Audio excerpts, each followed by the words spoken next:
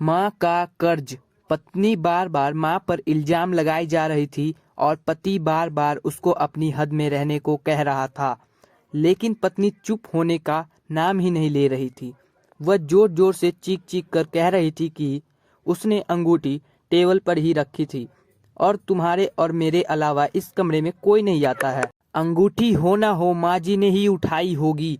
बात जब पति के बर्दाश्त के बाहर हो गई तो उसने पत्नी के गाल पर एक जोरदार तमाचा दे मारा। अभी 3 महीने पहले ही तो शादी हुई थी।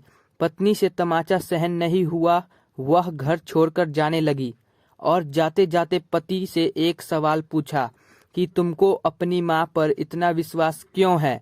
तब पति ने जो जवाब दिया, उसे जवाब को सुनकर दरवाजे के पीछे खड़ी माँ ने सुना तो उसका मन भर आया। पति ने पत्नी को बताया कि जब वह छोटा था तब उसके पिताजी गुजर गए। माँ मोहल्ले के घरों में झाड़ू पोछा लगाकर जो कमा पाती थी उससे एक वक्त का खाना आता था। माँ एक थाली में मुझे परोस देती थी और खाली डिब्बे को ढक कर रख देती थी और कहती थी, मेरी रोटियां इस डब्बे में है बेटा, तू खा ले।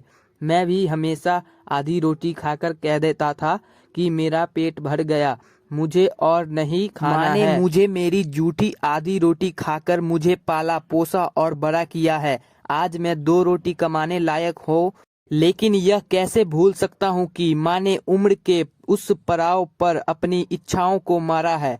वह माँ आज उम्र के इस पड़ाव पर किसी अंगूठी की भूखी होगी, यह मैं सोच भी नहीं सकता। तुम तो 3 महीने से मेरे साथ हो। मैंने तो माँ की तपस्या को पिछले 25 वर्षों से देखा है। यह सुनकर माँ की आंखों में आंसू छलक उठे। वह समझ नहीं पा रही थी कि बेटा उसकी आधी रोटी का कर्ज चुका रहा है या वह बेटे की आधी रोटी का कर्ज। तो कैसी लगी हुई स्टोरी अच्छी लगी तो चैनल को